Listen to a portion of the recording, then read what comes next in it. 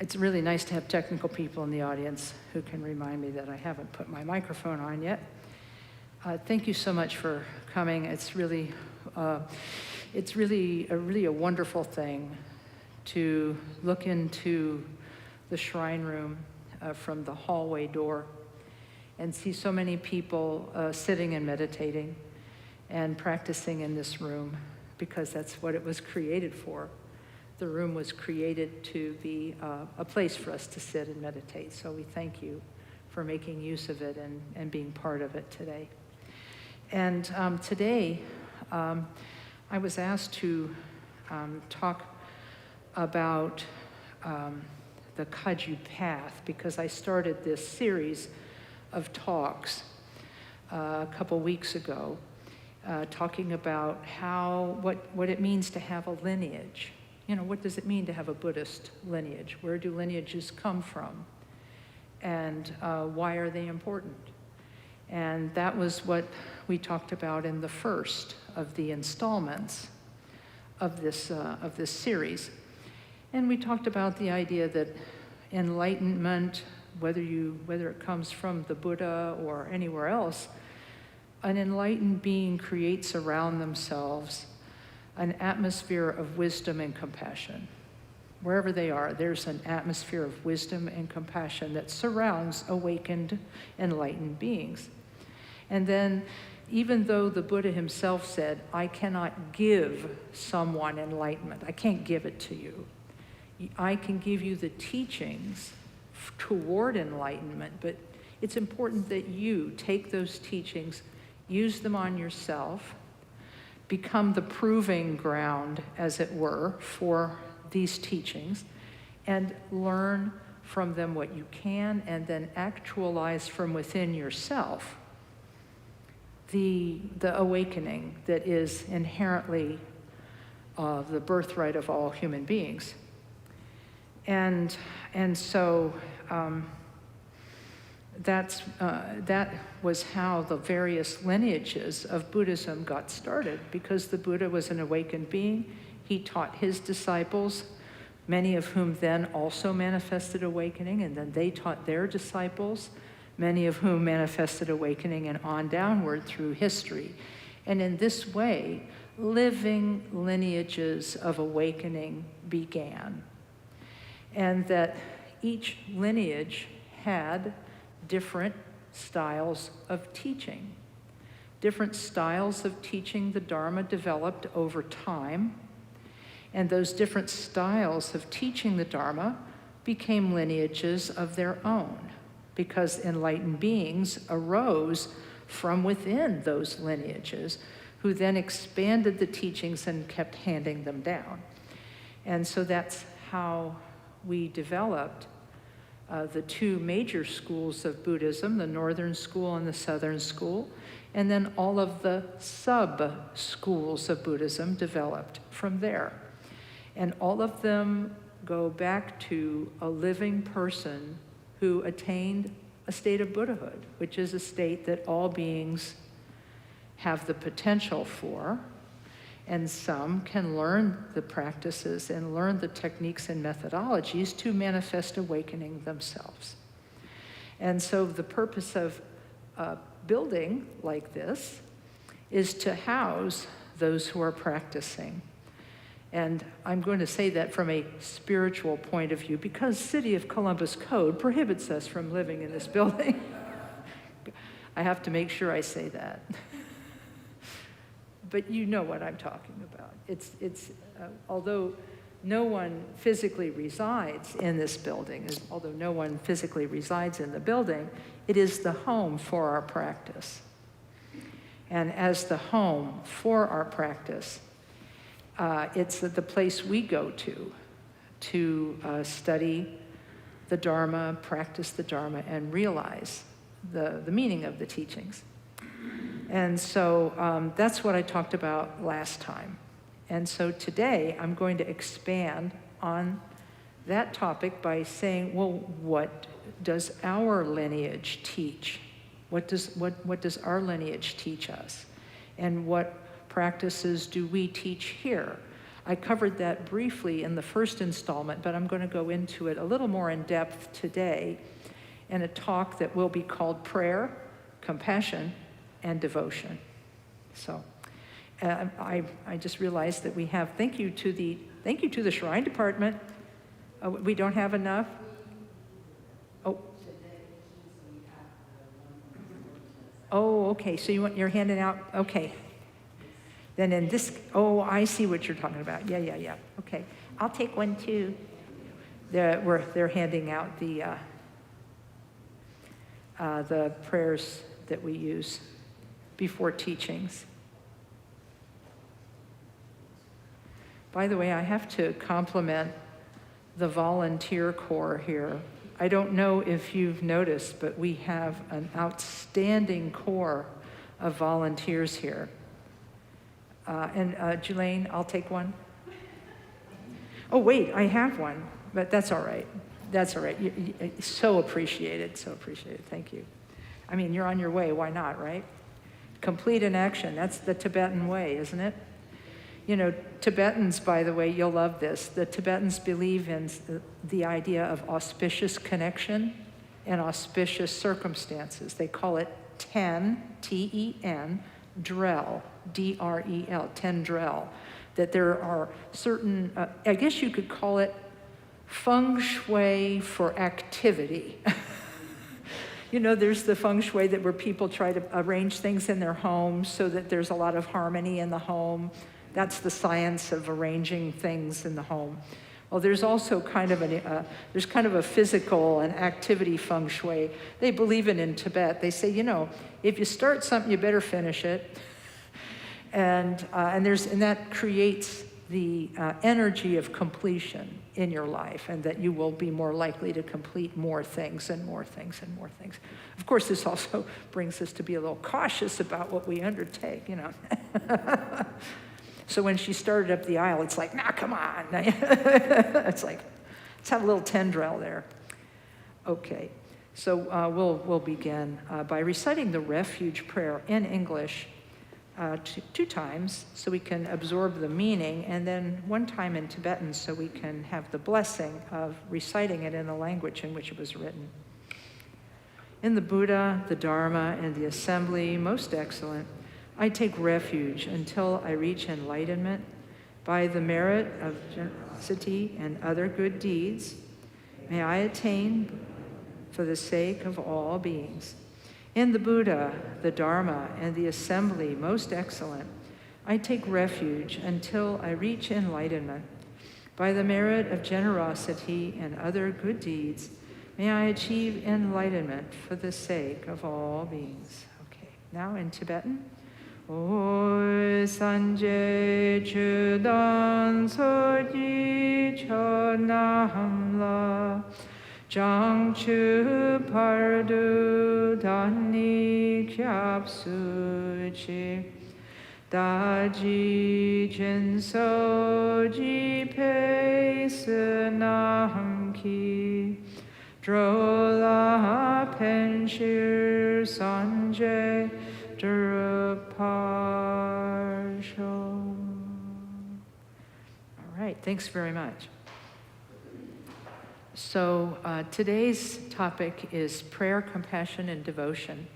I first gave this talk in Hartford, Connecticut, more than 10 years ago, when the members of the Karma Take Some Choling Center in Hartford, Connecticut, asked me to explain Karma Kagyu practice in a nutshell. What is this vast lineage that's 1,000 years old? 1,000 years old. The Buddhism as a whole is 2,500 or 2,600 years old.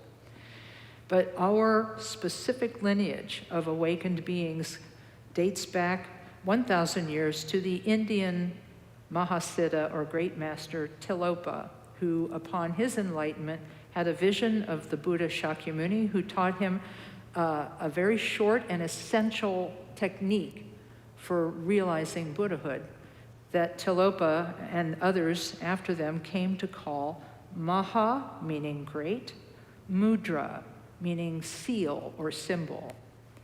So Mahamudra has been the family heirloom, if you will, of the Karma Kagyu tradition for 1,000 years.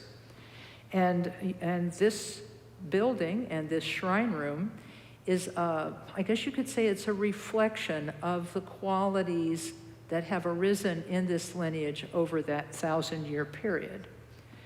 And it's not even fully furnished yet, but it will be at some point in the next year and a half or so. It will be fully painted and furnished, and it will look very rich and full of qualities.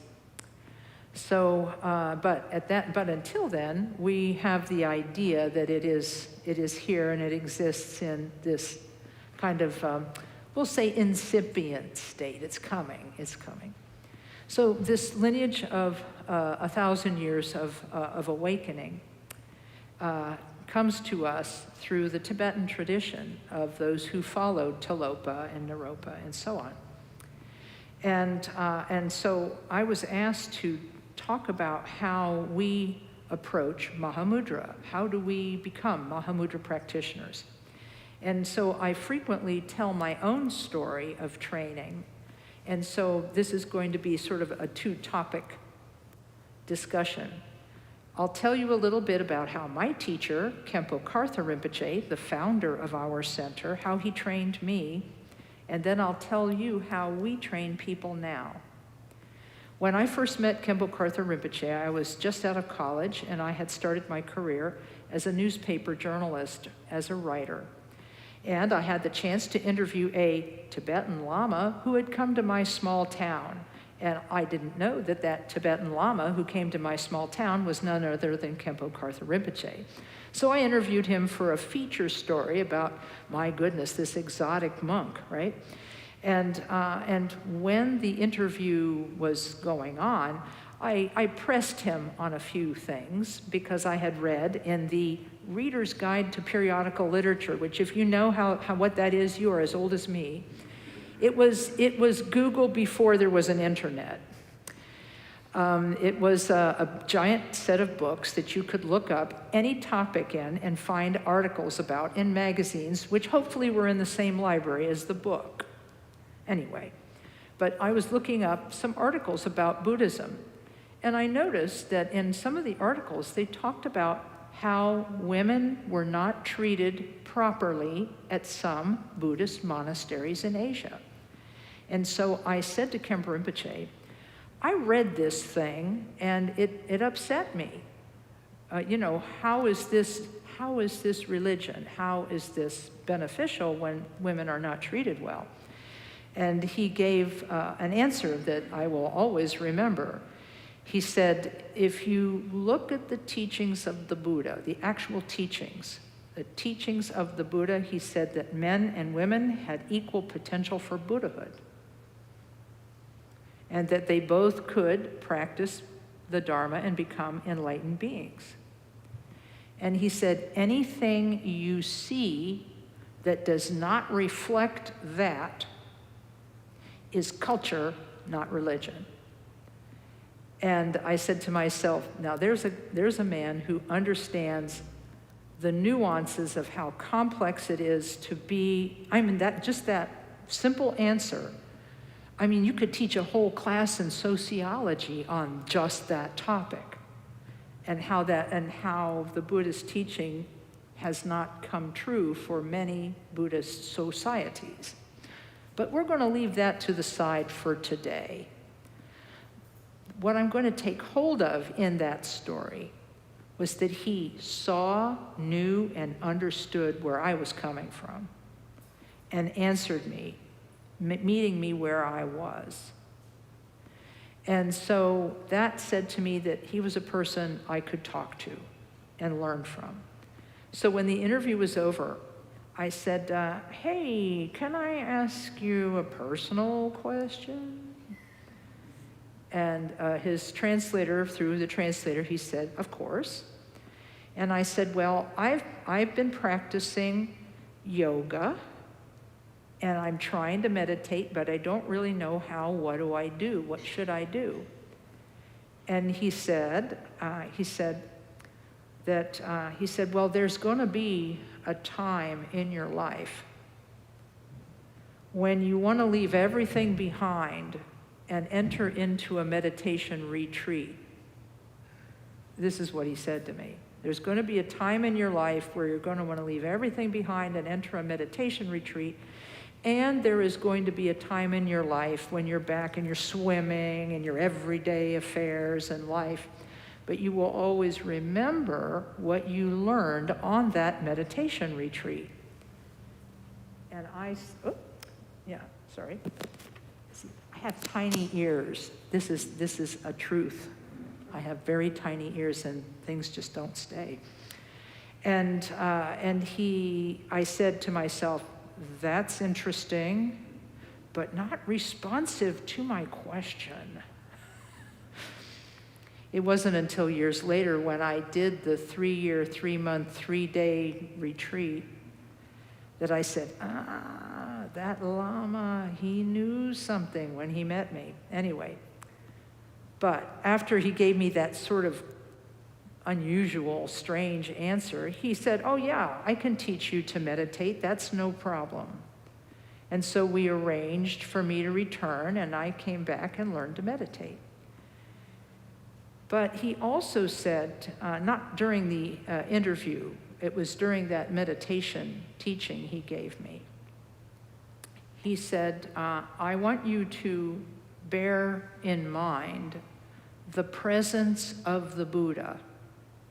I want you to think when you are feeling upset, or if your mind is a little unsteady, I want you to think of the Buddha and pray to the Buddha. And I'm sitting there scratching my head. And I said, well, thank you for that teaching. I will do that. And I'm thinking to myself, where'd that come from? Did he somehow know I was Catholic in my previous existence? Or did he see that my mind was a little unsteady and that maybe I could use a little extra support? Whatever the reason was, I practiced that first. And so that became, meditation and prayer became my very first practices. And then, of course, the KTC existed as a group of 5 or 6 or 7 people who met in people's homes. And meeting in people's homes, they practiced the Chenrezig compassion chant and the mantra Om Mani Padme Hum. And so that was how we began. And so prayer, compassion, and devotion. It started with prayer, recognizing that I myself am not an enlightened being, but that enlightened beings exist and that they can serve as inspirations and examples for us in our life. So that's really, for many people, how the Karma Kagyu path of this center unfolds. It starts with meditation and an understanding of the mind that comes to us from meditation, that we are what we think, and that all that we are arises with our thoughts, and with our thoughts we make the world. That's the opening lines of the Buddha's Book of Sayings, the Dharmapada.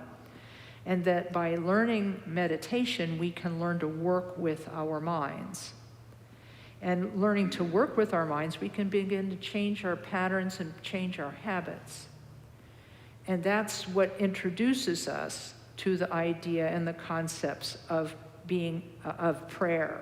Buddhist prayer is different from Christian prayer in many respects. I asked my teacher one time, well, you taught me to pray as one of my first teachings, and I will always be grateful for that, because whenever my mind was unsteady, I did think of the Buddha, that beautiful, amazing presence with the dark golden skin, and I said to myself, Buddha, help me out. And it was helpful to me to think of the Buddha, that amazing, placid figure, and say, I've got that in me somewhere. Somewhere it's in there. And he said, I asked him, I said, so can you help me understand the difference between Buddhist prayer and Christian prayer? And he said, I'll try. Because this is all through an interpreter, by the way. I couldn't speak Tibetan and he couldn't speak English. And he said, my understanding of Christian prayer is incomplete. to begin with. So he said, but my best understanding is that you're praying to someone who was never like you and who you could never become like. And you're asking them to give you things that they have the power to give you. Whereas, he said, in Buddhist prayer, you're addressing someone who was once just like you, just the same as you. And now they want for nothing more, they want nothing more than for you to become like them. And you're not asking them to give you things, you're asking them to be your inspiration, to be your reminder, to help you with their example, and to be present for you as you practice. And that really meant a lot. That really clarified so much for me that the Buddha was present with me. Because the Buddha, in his teaching, he said that enlightened beings, he taught enlightenment and the para nirvana, or the passing away of a Buddha, in two different ways. In one way, he said that they become one with the universe. But in another subsequent sutra, he said that they continue to go on, because, as he said, the mind of any individual being is not created and was not created by anyone. It has always existed from the no beginning of time and always will exist for the no ending of time. And so, even though the Buddha is not with us as a physical being, he's here, and he can influence your mind. If you turn your mind toward him, you can be influenced by the Buddha. And I said to myself, that makes sense. That makes sense. At the same time, those of you who may be familiar, many of you may be familiar with a young Lama named Kagyu Rinpoché, K-A-L-U. He does live question and answer sessions on Facebook and Instagram. He's kind of a bit of a star, but he's the real deal. My teacher had a great deal of faith and confidence in him. And I met his predecessor. I met him when he was 4 years old. That's another story. But I also met his predecessor, who died in his late 80s as a very wise and venerable person.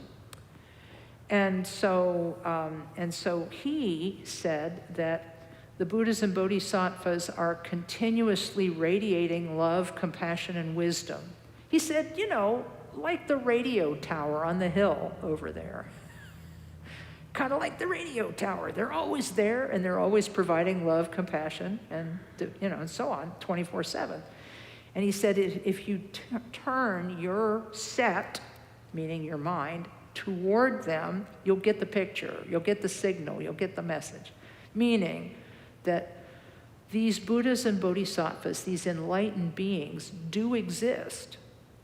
How they exist may be in ways that we don't understand, but they're there. And they want nothing more than for us to become enlightened too.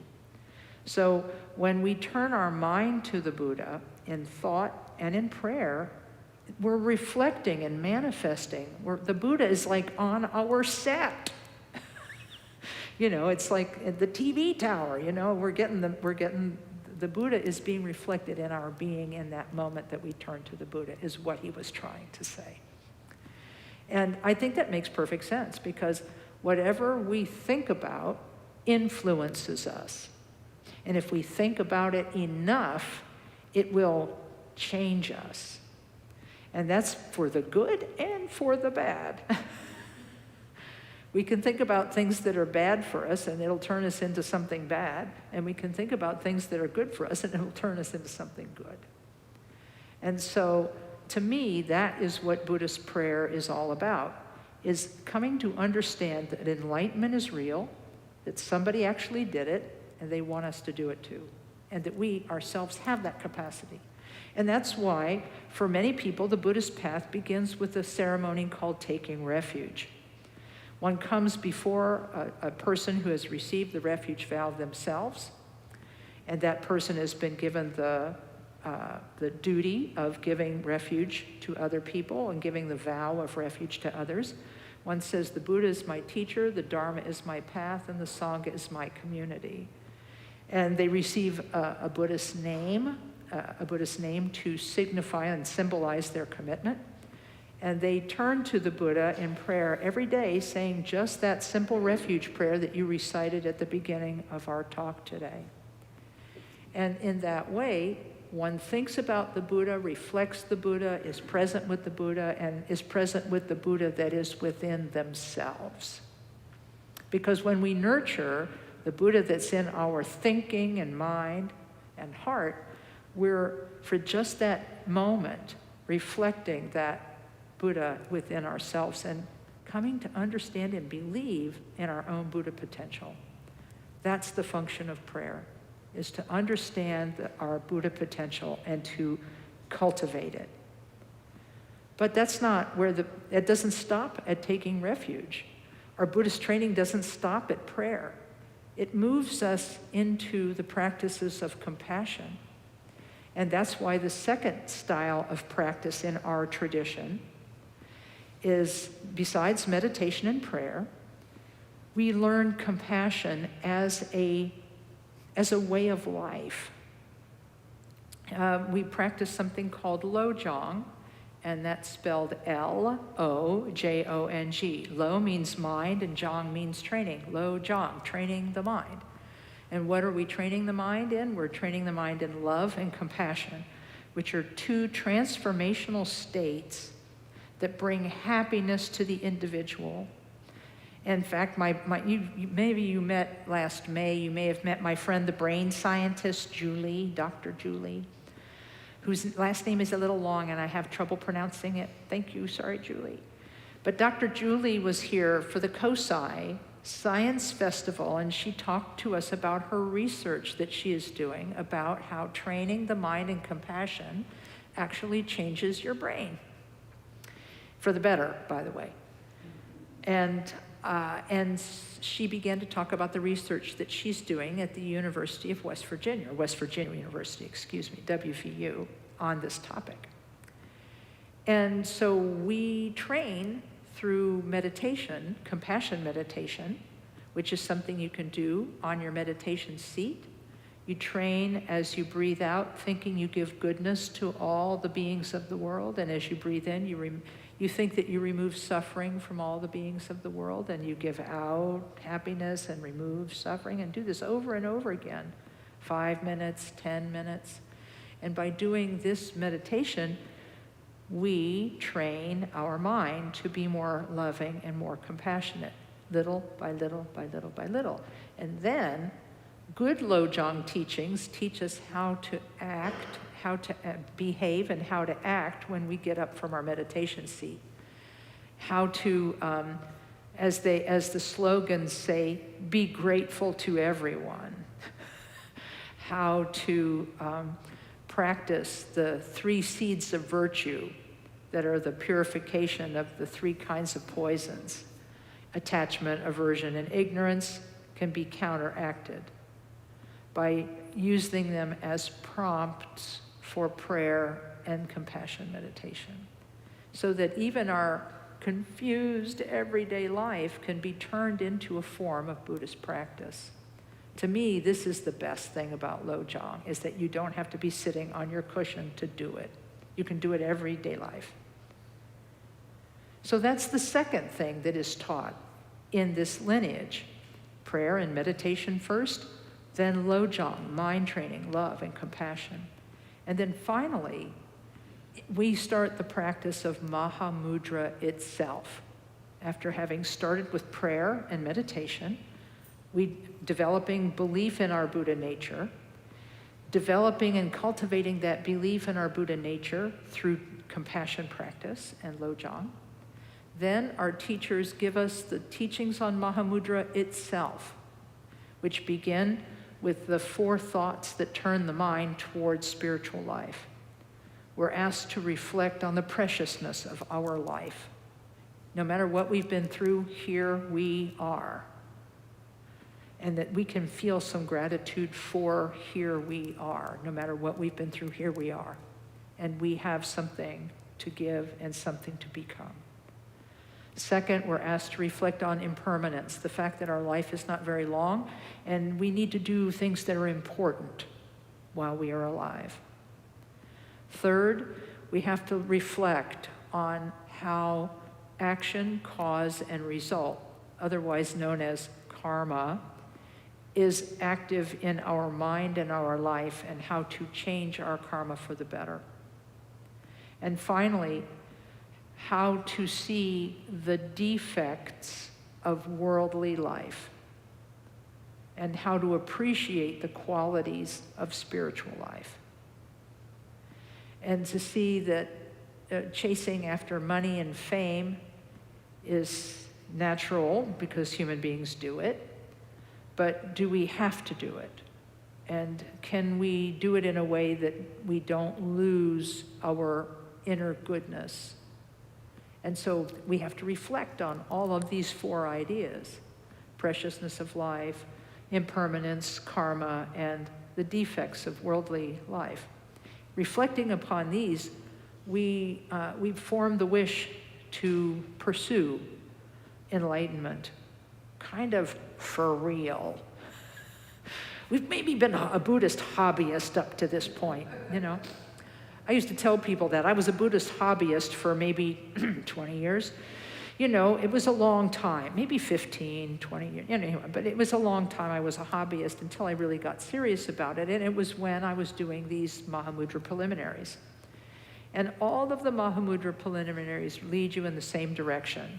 The first one's called refuge and the Bodhisattva commitment. You practice taking refuge every day and practice generating the mind of the Bodhisattva every day.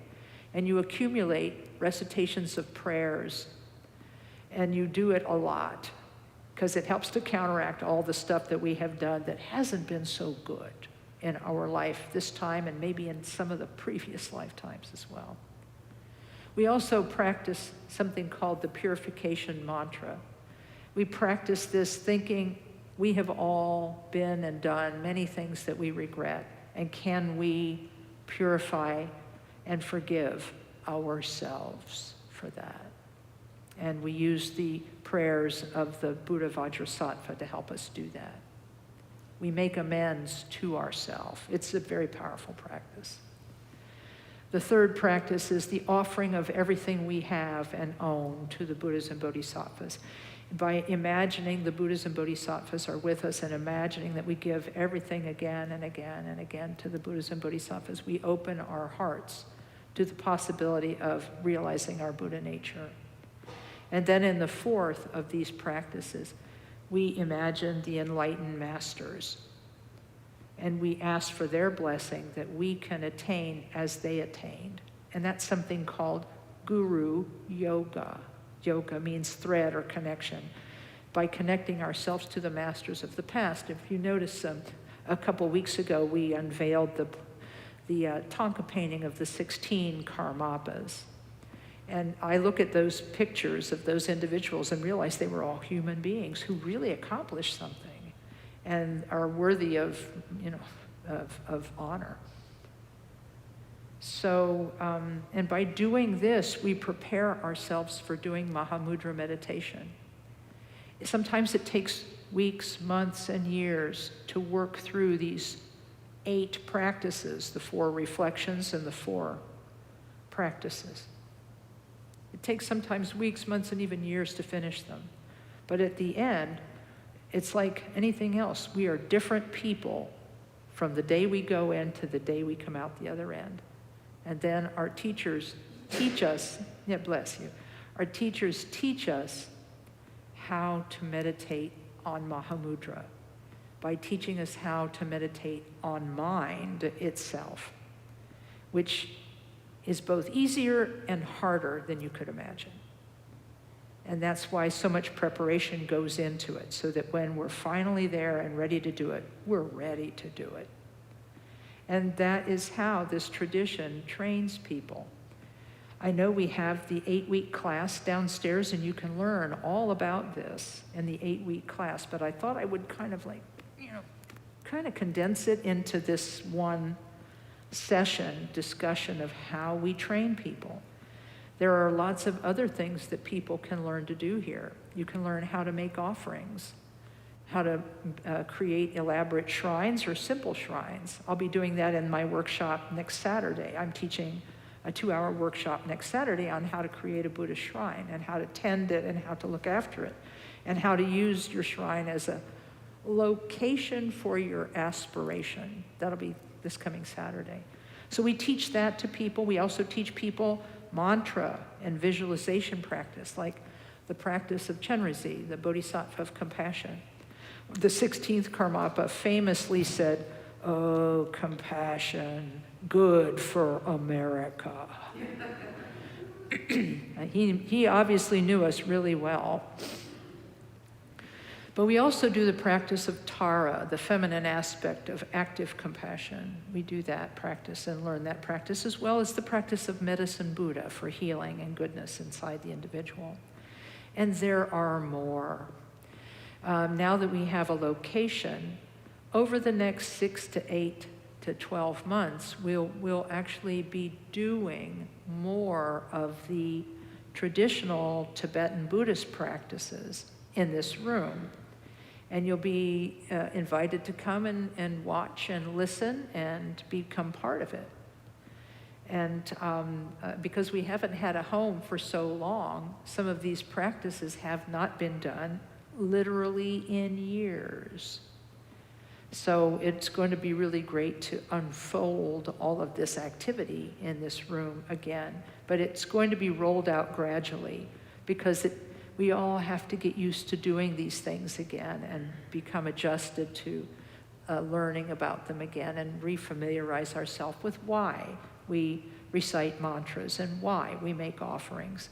Because in making, let's face it, the statues do not eat and the statues do not drink, so why do we offer things? We offer things not for the statues, but for ourselves. We ourselves develop and nurture qualities that we honor. If we honor something in somebody else, we're cultivating that quality within us.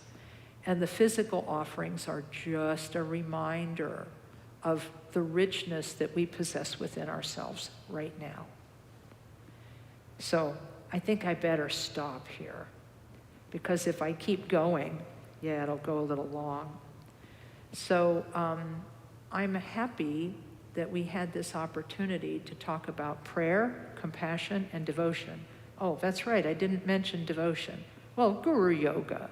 We pray to the gurus of the past and we ask for their blessing. So I did cover that. Okay, I covered it. Sorry, guys. Okay, so let's have a discussion. Anybody have something you'd like to know about, ask about? You can use the question mic. And we can have a discussion about these practices and how we approach them. Or if you want to ask about anything, you can ask about anything. Yeah.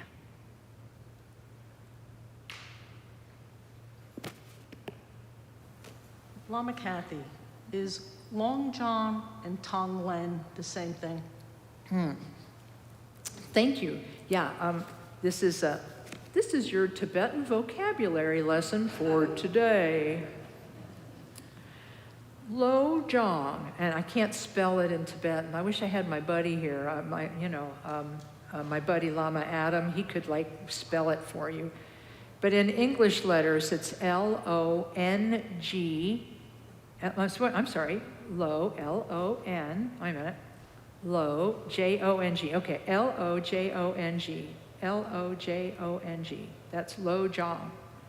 That is if we were in school and the teacher would be making an outline of something, the subject is Lo Jong. Mind training, okay?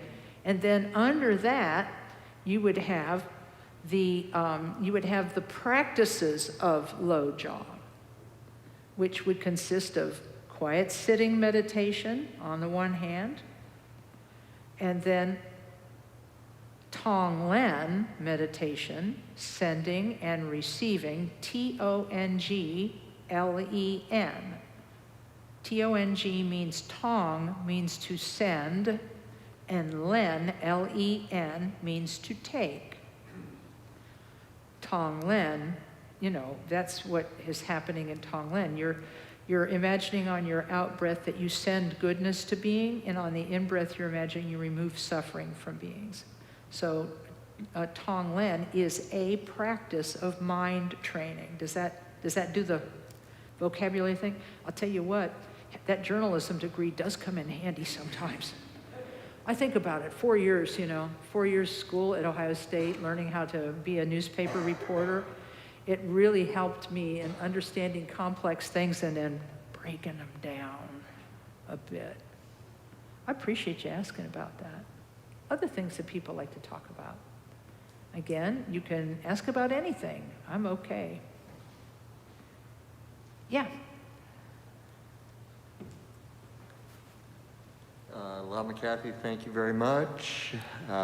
Don't know if you remember, but I came to the center when I was ill and afraid of dying. Oh, that's right.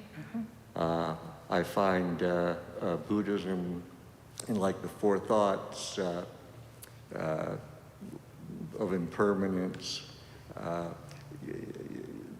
very good to deal with thoughts of death.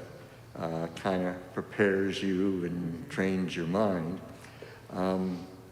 So some of us are closer to death than others here. It's a matter of opinion. Yeah. Sorry. Yeah, and I'm talking about my opinion. I know. I'm sorry to joke about that. Yeah. Well, but here it is. I'm of the opinion that humans are not going to be able to recover from I know. climate change. Yeah. So I'll get out of it okay. My son and perhaps if I get a grandson, they're the ones who are going to suffer. Right. So how do we approach such things for ourselves and for humanity?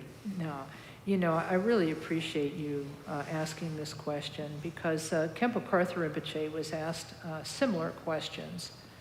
And what happens if human beings destroy the planet, and all of these kinds of things. He said, well, we have to understand that there is such a thing as the karma of individuals. But there's also something the Buddha described called group karma. So a group of individuals share in the karma of specific things. And so he said that it is believed in Buddhist cosmology that this world as we know it came together because of our collective group karma. This world came together, and when that karma is over, it will fall apart. And we all know the second law of thermodynamics: everything that comes together falls apart. And so we know that that is the inevitable end, both of our own individual story, the planet as a whole, and so on. And I feel, to me, that the only thing to do that makes any sense at all is do what we can to help the planet, do what we can to help the planet. And we will probably get serious about that when things start getting worse, or we won't, I'm not sure throwing soup on works of art is going to do it. I think we need to do more than that. We need to do more than that.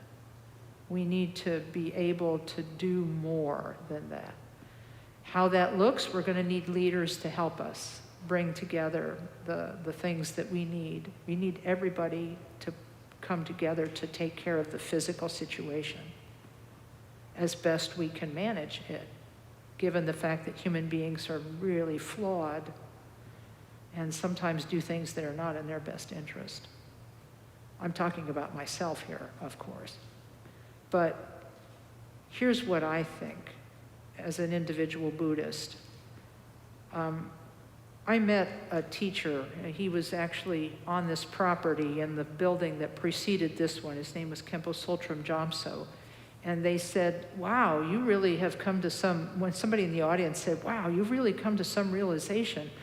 But now that you've come to realization, what do you want us, how do you want to inspire us? What do you want to tell us? He said, love. Love and compassion are the only thing to do. They're the only thing that makes sense. Love and compassion and wisdom are the only things that make sense in the face of the four thoughts of the preciousness of life, the impermanence of life, karma, and the defects of life. The only thing that makes sense in the face of all of that is love and compassion. So practice that with yourself, practice that with others, practice that with the planet, practice that with everybody that you can. So I think that makes sense, because that way, no matter what happens to the world, we are tending our own garden and the garden of our family and the garden of our community, and trying to bring goodness to that. I often tell the story, and this one is true, about the one corridor, and yeah, somebody's waving at me, the one corridor in, I think it was in the big arena in New Orleans where lots of refugees went after Hurricane Katrina. There was a lot of chaos and problems in the big place. But there was this one corridor where everybody made a pact that they would treat each other with dignity, respect, and they would keep their area clean, and that they would keep their area safe. They made that conscious decision. So we can make our version of that conscious decision if we can find like-minded people to help us. So I don't know if that's helpful, but Yes. yeah. Thank you very much. That is very helpful. It helps me understand that given we have to cut emissions in half by 2030, the way to do that is to organize. Thank you. Yeah, I understand. Thank you. Yeah. Yeah, it's one Buddhist's opinion, Let's see, how are we doing on time? We got time for one more? We got time for two more, if there's two more out there. And if not, we'll just sit and meditate a bit. Question? Or what are we doing? We got a question? Okay, yeah, we got one, okay. We have a customer.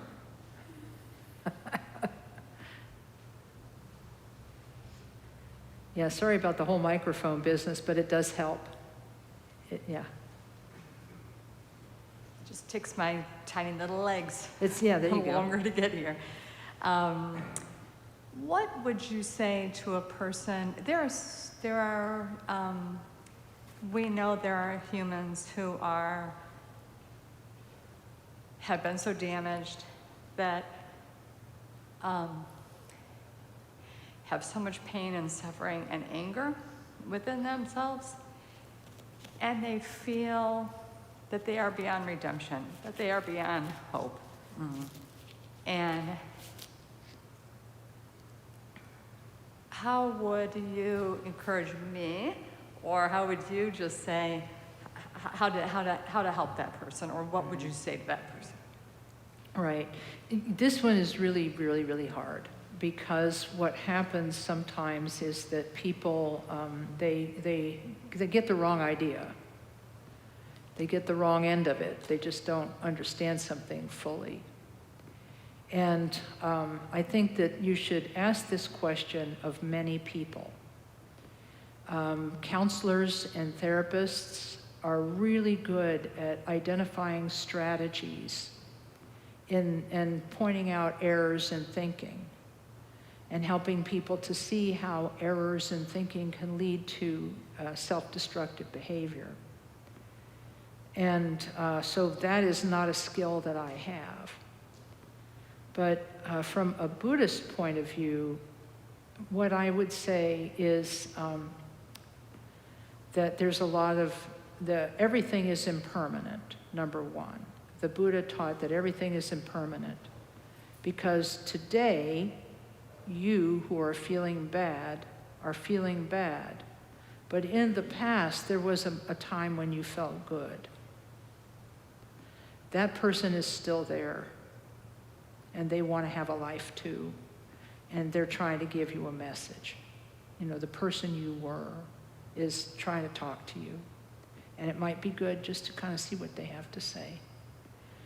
And also to think about the person they will become in the future.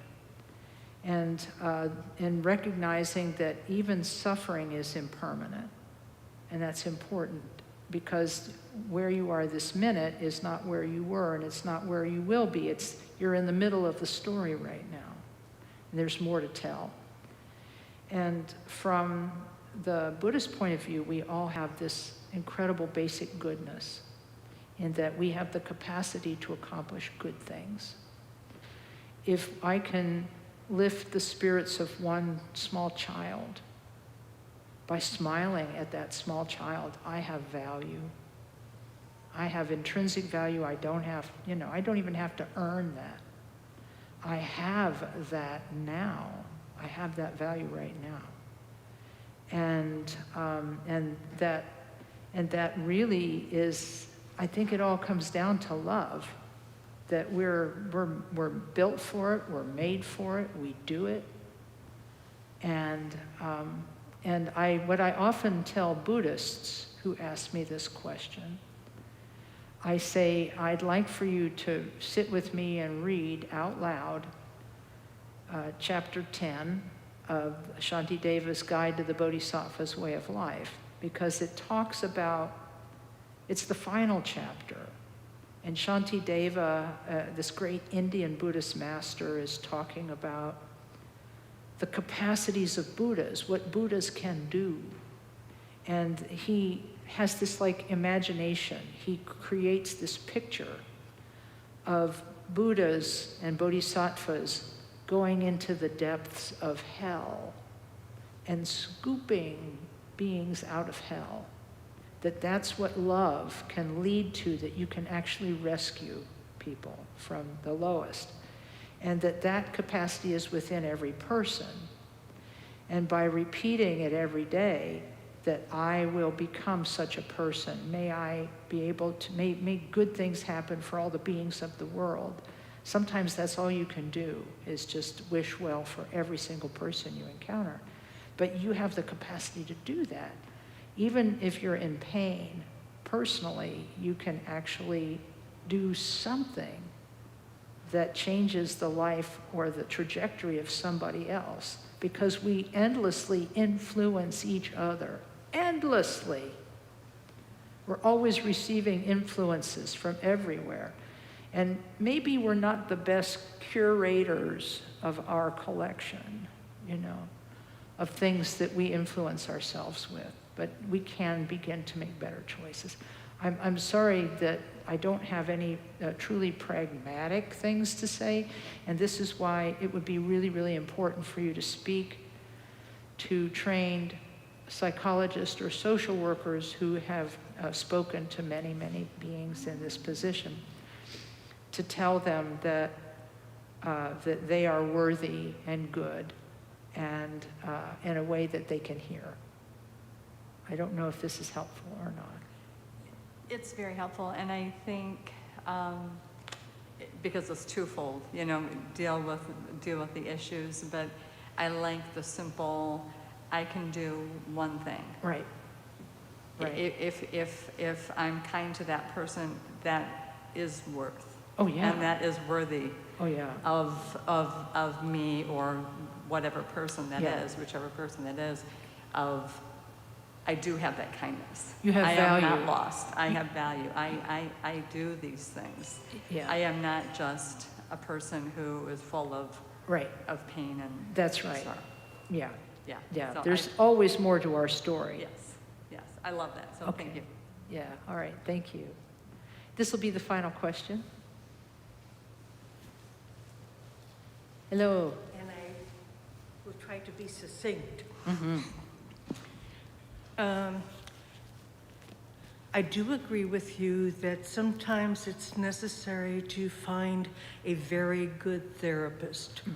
And in the past, I had really a very wonderful therapist. And I was going through a really rough time. And I had so much confusion, underlying anger, not knowing how to resolve some issues. Sure. And I had made a commitment to see this therapist. And this therapist was an older woman. And I came in to her office, and she had a big window. And I sat in the chair, and I just looked out. She did not say anything to me. She brought her chair up with me and stayed with me through the whole part quietly, just to make sure that her presence was with me and she honored where I was at. That has remained with me for so long because she innately knew that words were not going to be helping. Just her presence was Thank you. necessary. Thank you. That's all. Okay, thank you so much. Because, I really appreciate that illustration because your example is true. There's truth in that. And interestingly enough, we had a conversation, didn't we, this past week with one of the volunteers from the Inclusion and Engagement. Thank you again. One of the volunteers for the Inclusion and Engagement group, Sangha group. We had a conversation with a practitioner of nonviolent communication, and she spoke to us about the value of something that's called empathy circles, where people sit and they are present with one another in empathy without trying to solve anything, just being present. And she said that if we want it, she'll train us how to do it. And I think that's something to really, that's food for thought, good food for thought. So thank you for that. Appreciate that. Because that's, I think, sometimes we don't know, and this goes to the previous question as well, sometimes we don't know we are worthy and have value until someone outside of us confirms that for us, you know? And so the wisdom of the woman who sat with you, it's great wisdom. So thank you for that. And we can do that for other people too. Sometimes all we can do is just be there. I remember when my father was aging and ill, and we spent many hours in the emergency room. You know, it's a thing.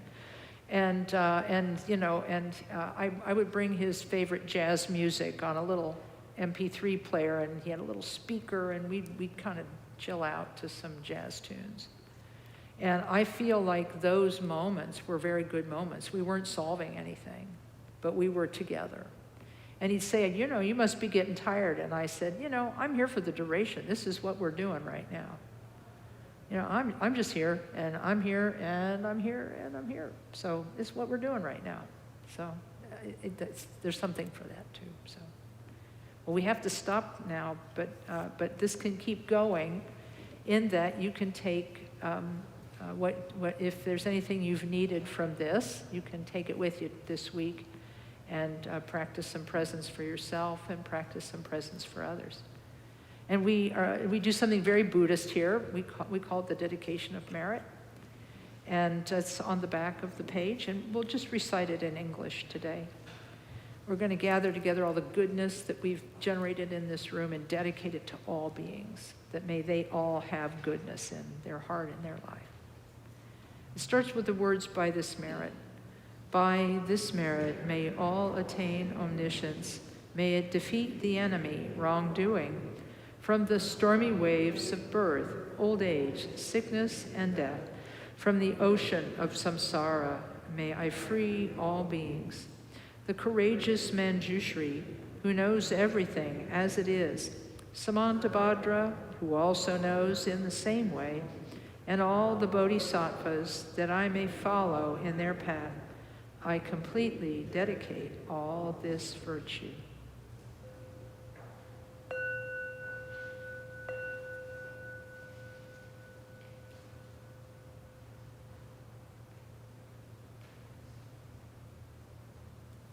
Thank you, everyone. Thank you, thank you, thank you. This coming Tuesday, just a quick reminder, this coming Tuesday at 9 a.m., we will be here for the Buddhist Holy Day of Labab Duchen, celebrating and observing the event in the Buddha's life where he descended from the God's realm and decided to come back and help us out. And so we'll be doing prayers of aspiration here at 9 a.m. We will also be on Zoom. Watch the newsletter for details of how to log on to Zoom. Then we'll take a little break between 10 and 11. And then at 11 we'll be, if you wondered why we had the canopy over the stupa monument today, the Buddhist monument outside, it's because we're going to be putting offerings all the way around that stupa, which symbolizes the body, speech, and mind of the Buddha. And by honoring the body, speech, and mind of the Buddha, we will try to accumulate the goodness to actualize those same qualities in ourselves. So that'll be at 11, and that will be on Facebook Live because we can't do that one on Zoom. So 9 o'clock on Zoom, 11 o'clock on Facebook Live, or here, if your boss will give you the day off. You can tell your boss, hey, I'm a Buddhist, it's my holiday. And if you need a letter to that effect, I have already written one for somebody who works for Columbus City Schools. Did I say that out loud? Anyway, so you can, if you can join us, that's great. And on Tuesday night, if you can still sign up for our shamatha meditation 6-month trial run. We're doing a 6-month trial run of what it's like to be in a group of people who meditate every day for like 5 minutes a day or whatever for 6 months and see what happens. And we'll be teaching, Lama Tom and I will be teaching this, and I think Lama Adam's going to do one too.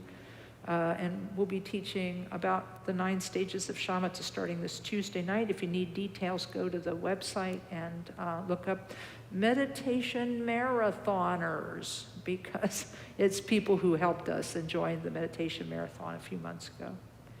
And then we'll see you soon. So be safe out there, drive safely, and we'll see you next week. Thank you. And thank you, Mr. Soundman. Yay.